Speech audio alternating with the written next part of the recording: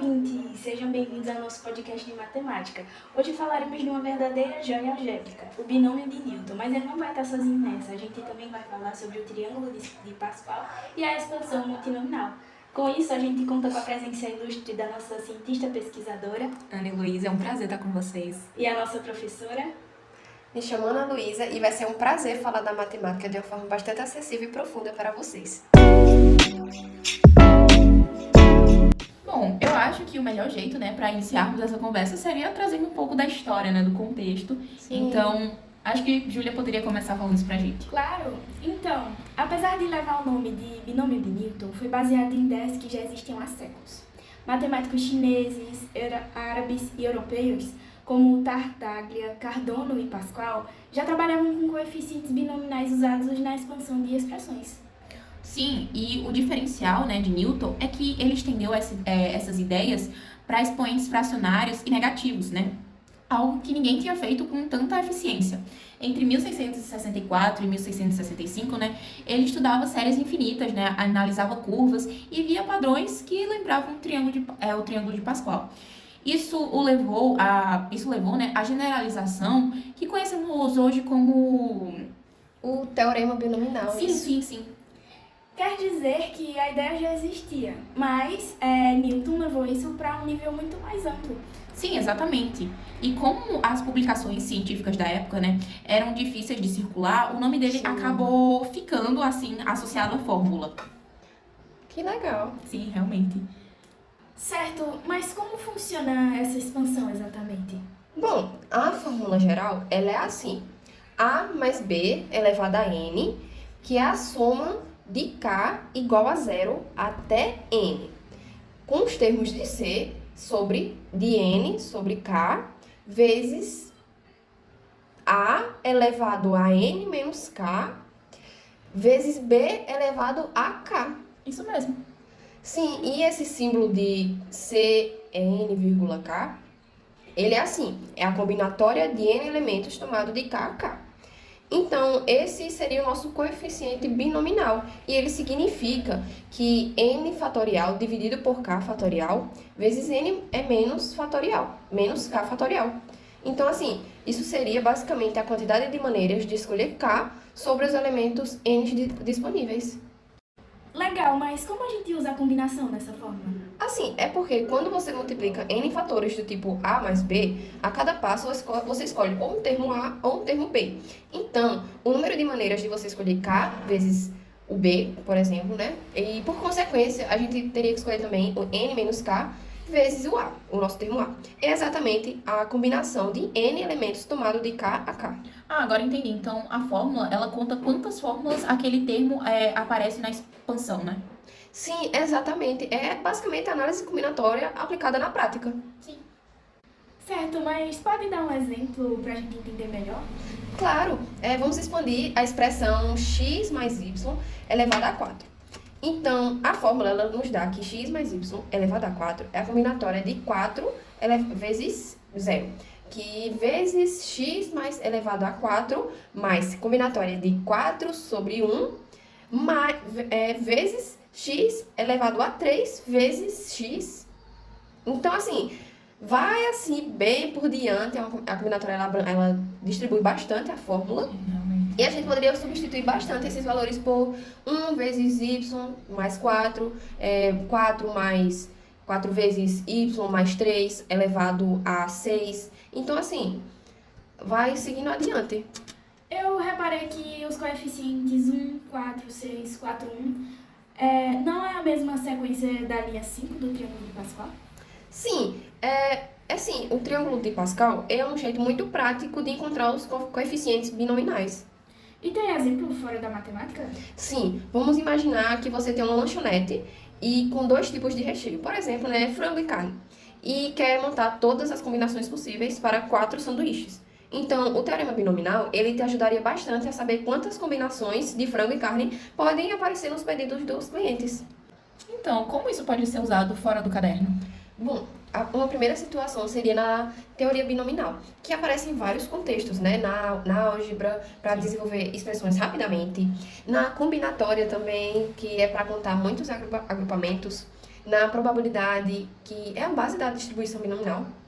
E na probabilidade, a gente tem a sua fórmula, né, que pode ocorrer K sucessos de N tentativas, que seria a probabilidade de K sucessos é igual a C de N sobre K vezes P elevado a K vezes 1 menos P elevado a N menos K. Isso seria a fórmula da probabilidade. E temos também uma aplicação na computação, que seria na análise de algoritmos. E, por fim, temos, acho que a mais prática seria nas ciências, em séries de aproximação de funções. Sim. E tem exemplo para quem já está no nível hard? É, claro, vamos ver esse exemplo, assim. Qual é o termo independente de x em uma expansão? A gente poderia dizer assim, o exemplo, x mais 1 sobre x elevado à sexta potência. Vamos analisar. Cada termo tem uma fórmula, né? Então, quando a combinatória de c sobre x, sobre k vezes x é elevado a 6, menos k vezes 1 sobre x elevado a k. Então, assim, quando queremos um termo em que o expoente de x seja zero, a gente pode dizer que 6 menos 2k é igual a zero, que seria basicamente o k igual a 3. Então, esse é um termo independente da combinatória de 6 vezes 3 igual a 6 fatorial. Então, dessa forma ficou o binômio de Newton. Agora, e as definições de binômio de Newton? Usa técnicas que estudamos em análise combinatória? Bom, exato, né? É importante termos um conhecimento de análise combinatória para ter um resultado importante em álgebra, né? Que consiste em obter o desenvolvimento do binômio x mais a. X mais a elevado a n com n, nzinho, pertencente a nzão. E isso, esses números, né, todos pertencentes aos números reais.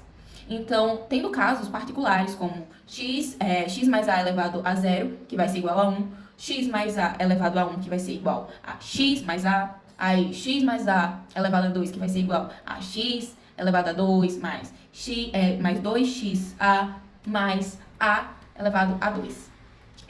Então, para todo número inteiro positivo, podemos calcular assim, x mais a igual a x mais a, x mais a vezes x mais a vezes x mais a e por aí vai. Então, o procedimento é o seguinte. De cada fator x mais a, né, selecionamos exatamente um termo que poderá ser x, né, ou a, multiplicando, né, eles em seguida. Também, o segundo passo seria continuarmos o processo, né, até esgotar todas as seleções possíveis com os termos de cada fator. O terceiro passo seria tomarmos, né, todos os produtos obtidos e calcularmos as suas somas, né, que consiste em reduzir os termos semelhantes. E o quarto passo, né, seria a soma obtida, né, no caso, a soma obtida é o resultado do desenvolvimento de x mais a elevado a n, né, a algum número. Então, pessoal, tá na hora da gente se aprofundar em conceitos mais importantes da matemática, o teorema binominal. Mas esse teorema é só uma fórmula para decorar ou tem mais por trás disso? Assim, uma ótima pergunta. O teorema binominal, ele não é só uma fórmula bonita. Ele é uma ponte entre a álgebra e a análise combinatória. Então, assim, basicamente, ele permite expandir expressões como A mais B elevado a N de uma forma muito organizada e que, assim, a gente não precisa multiplicar tudo na mão. Nossa, o teorema binominal é incrível. Une álgebra e combinatória de um jeito tão elegante. Eu também acho, e é como uma forma de automatizar o desenvolvimento de potências de binômios. Isso tudo sem abrir tudo na mão, assim, sem fazer todos os cálculos na mão. E, além disso, ele serve como uma base para temas muito mais avançados, como distribuições estatísticas e séries infinitas. Maravilhoso! Esse bloco foi recheado de aprendizado. Certo, mas como a gente prova que essa fórmula funciona mesmo? Ótima pergunta. Assim, existem 3 fórmulas clássicas. A primeira seria por indução, que começa com n igual a 0, dividido por a mais b elevado a 0, que é igual a 1. E assume nessa fórmula, o n ele assume que ele vale n mais 1. E essa seria a nossa primeira fórmula. A segunda fórmula seria usando a identidade de Pascal, que é c de n sobre k menos 1, mais c de n sobre k, que é igual a c de n mais 1 sobre k. Essa é a identidade de Pascal. E a terceira seria por combinatória, que pensa assim, você está multiplicando A mais B, N vezes, né? E cada termo do tipo A elevado a N menos K vezes B elevado a K parece com a combinatória de N vezes K. E às vezes sim, não todas as vezes, mas assim, forma uma grande expansão. Então, eu acho que agora é muito importante a gente discutir um pouco mais sobre o triângulo de Pascal. Você poderia fazer isso? Sim. Bom, o triângulo de Pascal, né, é uma construção matemática com formato triangular que organiza os coeficientes binomiais, né? Ele é extremamente rico em significados e aplicações. A primeira linha representa o N0, a segunda, o N1, e assim por diante. Bom, esses números, né, eles são usados na expansão de expressões como x mais a elevado a zero. Justamente. E o triângulo de Pascal, ele não foi inventado por Pascal, como eu já havia dito. Os primeiros registros deles vieram do indiano Pingala, por volta de 200 anos antes de Cristo. Ele usava essa fórmula para representar a combinação de sílabas, né? Aí ele chamava isso de Meru-Prastará, ou estrutura montanhosa. Aí, depois disso, entre os séculos 13 e 14, o matemático chinês Yang Hui também utilizou esse triângulo, especialmente para calcular coeficientes binomiais. Também tem na Europa. Tartaglia organizou as primeiras versões tabeladas, né? E foi Blaise Pascal, no século 17, que sistematizou suas prioridades em um tratado chamado Traité du Triangle Arithmétique. Muitos séculos depois, exatamente. Né? E o triângulo, né, ele tem uma construção, tem várias histórias multiculturais. Justamente. Ele tem essas histórias multiculturais, ele atravessa os continentes e séculos. Ele também é chamado de triângulo de Yang-Hui e triângulo combinatório. Sim. Bom, agora sobre sua construção, né? Cada elemento, NP, representa um coeficiente binomial, que pode ser calculado assim. N sobre P, né, igual a N fatorial sobre P fatorial vezes N menos P fatorial. Entendi. E o que representa esse N vezes P? Bom, representa quantas maneiras podemos escolher P elementos de um total de N, né? Tem um total lá de N coisas e quantas maneiras eu posso ter daquela P coisa. Então, isso é essencial na análise combinatória, né? E também no desenvolvimento de potências binomiais. Podemos visualizar o triângulo como a disposição desses coeficientes binominais. Bom, veja as primeiras linhas, né, escritas em formato expandido. Seria NP, né? NP, aí na outra linha 0, 0, aí na próxima 1, 0, 1, 1, na outra 2, 0, 2, 1, 2, 2 e assim por diante. Então, cada linha do triângulo de Pascal, né, vai corresponder à expansão de x mais a elevado a n. Por exemplo, na terceira linha, né, n igual a 2, né, dá os coeficientes de x mais a elevado a 2. E ao invés de calcular todos os NPs, né, com o fatorial, podemos simplesmente montar o triângulo com base nessas propriedades. Na construção do triângulo de Pascal, né, não é necessário calcular os coeficientes binomiais de tipo 1 por 1. Basta usarmos essas propriedades, né, algumas dessas propriedades. Bom, 4, né, em uma linha, né, dois coeficientes binomiais equidistantes dos extremos são iguais, né? Isso equivale a demonstrar que n sobre p é igual a n sobre n menos p, né? Isso nos mostra a simetria das combinações, o que é imediato, já que n sobre p é igual a n fatorial dividido pelo produto de p fatorial e de n menos p fatorial, né? Exemplo disso seria, na linha 0 seria 1, aí na linha 1 seria 1, 1, na linha 2 seria 1, 2, 1, na linha 3 seria 1, 3, 3, 1 e assim por diante, né? Nas outras linhas. Então, isso transforma o triângulo de Pascal em uma ferramenta rápida, né, e eficiente. Porque com ele conseguimos desenvolver potências binominais, né, sem precisar recorrer àqueles cálculos de fatoriais o tempo todo. Cálculos esses que são muito grandes, né? Bom, né, primeiro, em cada elemento da linha do triângulo, o primeiro elemento, ele vale 1, né? Pois qualquer que seja a linha, o primeiro elemento, né, ele vai ser n sobre 0 igual a 1. Então, vai ser 1, aí 1, 1, 1, 2, 1 e aí por diante. Depois, né, em cada linha do triângulo, o último elemento, ele vale 1. porque qualquer que seja a linha, né, o último elemento, ele também vai ser 1, pois n vai ser n sobre n, que também vai valer 1. Então, vai ficar 1, aí 1, 2, 1. E também, a partir da terceira linha, né, cada elemento, com exceção do primeiro, né, e do último, é a soma dos elementos da linha anterior, imediatamente, né, acima dele. Essa propriedade é conhecida, né, como relação de Stiefel, né? Sim. E afirma que n seria n,p, que vai ser igual a n menos 1, p menos 1, aí mais n menos 1, p, né? Onde n,p, né, representa o elemento. O n vai representar a linha, né? E o p vai representar a posição. N tem que ser obrigatoriamente maior ou igual a 2. Então, a gente já viu como funciona a expansão de binômios do tipo x mais a elevado a m. Mas quando temos mais de 2 termos, tipo, eu já vi que existe a tal da expansão multinomial. O que seria isso? Boa pergunta, viu? A expansão multinomial, ela é basicamente uma generalização do binômio de Newton, só que para mais de 2 termos. Entendi, mas mais de 2 termos? Tipo como? Por exemplo, assim, né?